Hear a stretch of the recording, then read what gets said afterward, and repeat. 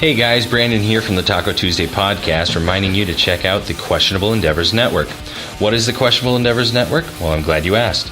The Questionable Endeavors Network is a small but burgeoning collection of fandom and geekdom-centered media, such as written articles, game streams, and podcasts just like the one you're listening to right now.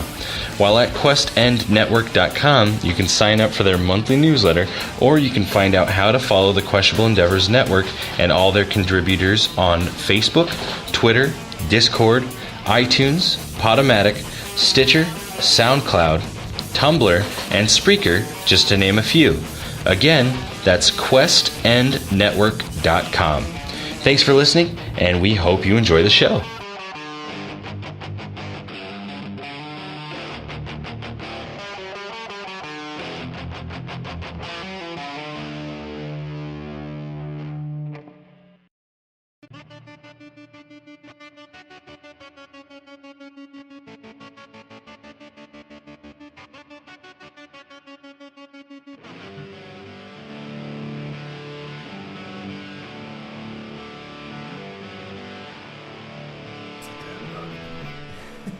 We're killing bugs and shit.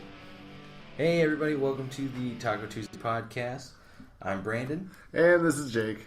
And we have a special guest today. Who's that? For all of you professional wrestling fans out there, we have local celebrity, Johnny Wisdom. How are we doing, buddy? I wouldn't go local celebrity. I mean...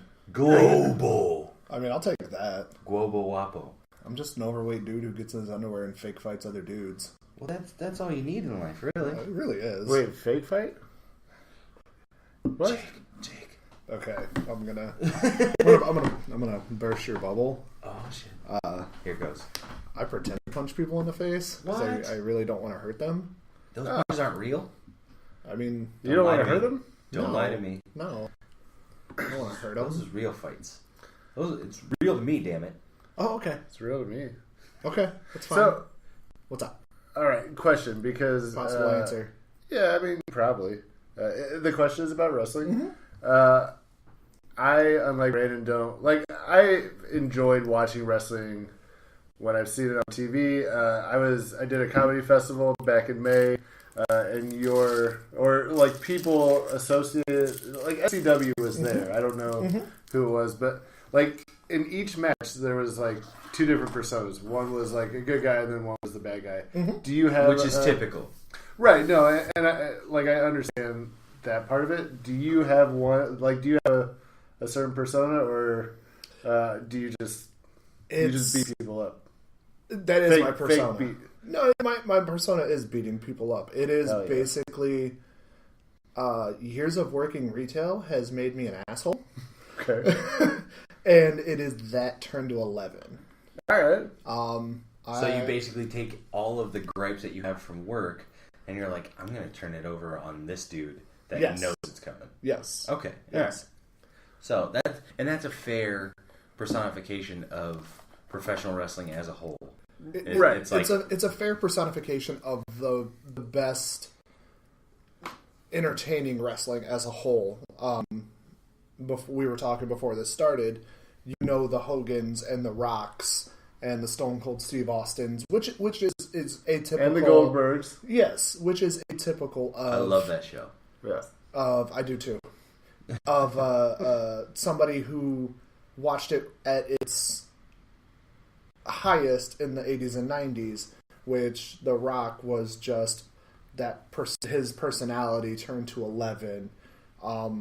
The best wrestling personas are the person's real personality just cranked up as high as you can take it. Okay. Just the more over the top, the better. And that is weird, because The Rock, he was, like, real loud, and you could smell what he was cooking. And then he did a movie about being, like, a nanny or something. A tooth fairy. It was a tooth fairy. He was a hockey player who got a child, and then he got turned into the tooth fairy. Yeah. Yeah, he was the most jacked tooth fairy ever. Yeah. The nanny was Vin Diesel. And Hogan. Oh, shit. Yeah. Hogan did one, Mr. Oh, yeah. Mr. Yeah. Mom. Yeah, that's what it was. Mr. Mom, where he was a nanny. So the moral of the story is that I can see you in some sort of guardian role in some movie in like 10 years, right? Yes. Nice. And I won't know what what doesn't he know? What do they call it? What puns? No, not puns. Shit. What you think? What you got? I can't think of the word. You know I'm not word good, Brandon. Not word good. It's all those years of getting beat up. The concussions have Not settled word in. good. Actually, SCW is how I met Johnny. Okay. Johnny and I, well, at that point, Johnny had been involved with SCW for a while, being a referee and helping to set up and stuff like that. Yep. But when I first got started with SCW, I went and watched a couple shows, and the friends that I was hanging out with at the time thought it'd be a good idea, like, hey, we backyard wrestled, let's see if these guys have any tryouts to where we can actually do like the wrestling in the ring and be a part of their show. Right. So we went and did the tryouts, and Johnny was there basically trying to break out from being a referee and make the transition to actually wrestling.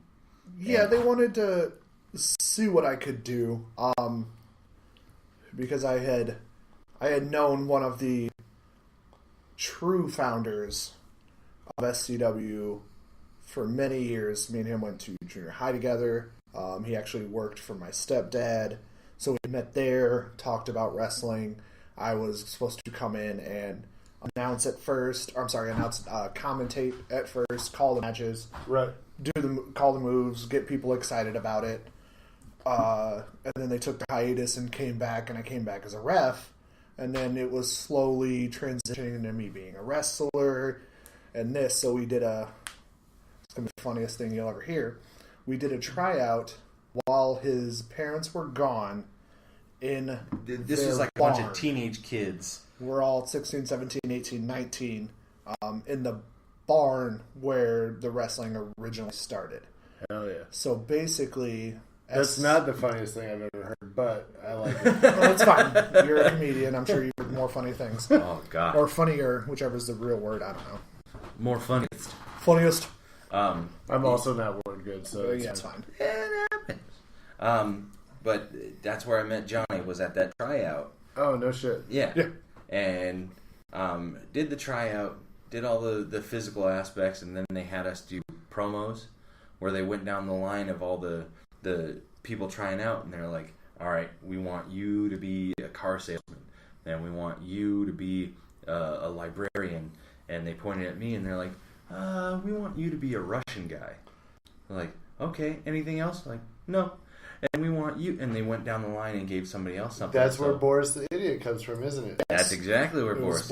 Boris Smirnoff. Yeah. And it's funny that you say car salesman because one of your friends was a car salesman, and he hit it fucking spot on. Oh yeah. Like just think of like your 80s car salesman, door to door, selling your Over wife the top. vacuums while she's gone. Just like, hey, I got a vacuum for you. Yeah. Hey, we got this car right here. It's a real junker. Yeah. Don't mind that. The little tape will fix it right up. Yeah. It's fucking hilarious. It was my buddy Andrew. He came out and he took. They looked at him and said, "We want you to be a car salesman." He's like, "Got it." Because it's hair. Yeah.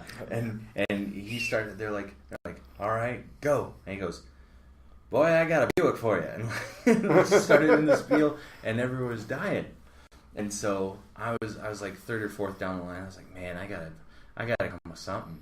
And I just kicked in like the most stereotypical like bullshit Russian accent. Yeah. And just started ragging on all the actual wrestlers that were there. Right. And I believe the founder that you're speaking of, Stephen Youngblood, Yes. in SCW, he was there, and at the time he had like the long black hair and sorry, long black hair. None of us are word gooders. Yeah, he walked right out of Minecraft. Yeah, it was Block hair. It's fine. It's fine. he had the long black hair, and he was kind of heavy set at the time. And At the time? shut up, bitch. But he was heavy set, had the long black hair, and he was doing like the gothic like gimmick in SCW at the time. And so I remember. Like a metal choker with spikes coming out of it on. Wearing No, like I think he had just the ball one.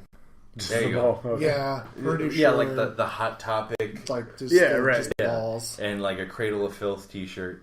And I remember I said something to the effect of, Stephen Youngblood, I didn't realize they had donut shops on the highway to hell. And they were like, oh my god, I got you. I was like, I think I'm in. And shortly after that, they're like, yeah, man, we want you. So, and from there, I didn't hear anything else they said after that point. I was just like, I've been accepted. I'm a part of it. And, Well, hold on. Let's be honest here. Oh shit. It was, we did everything, and then, like I said, his parents were gone. So we were doing this totally against their will because they didn't have insurance to cover everybody's asses. Right, under the radar. Right. And then we all stayed and played poker. And we invited Boris here. Yeah. And he's like, oh, I don't know. My dad and mom are going to get mad. I think I can fake it. Like, they don't know you guys. Didn't you say you were going over, like, Andrew or Troy's? One of your two buddies that came with you. Yeah. And you just And completely... Andrew and Troy were like, oh, we're going to Brandon's. And yeah, just like the typical girl trying to sneak out to go to the college party. Right. I'm staying at Tiffany's to study. She's out getting plowed by Daniel, the football captain. Underneath the To be bleachers. honest, it's way better than studying. Okay. Absolutely. But yeah, no, I after that I was just so happy to like be accepted So and be you a part actually of it. wrestled too? I did. Because we've never talked that much about. I know that you were a part of the scene, but I didn't know like in what capacity. Yeah, no, So I you beat people up too, or got beat up, or whatever. He mostly got beat up. Yeah, I started off because just as a rite of passage, they have you start off as security for the shows, so that Okay. you can spend the next however many months or weeks or whatever learning the craft and what goes into making a show happen. And then after a while of me doing training and stuff like that, It's basically so the guys who have been there forever don't have to set everything up. yeah, let's call it what Call a spade a spade. Exactly.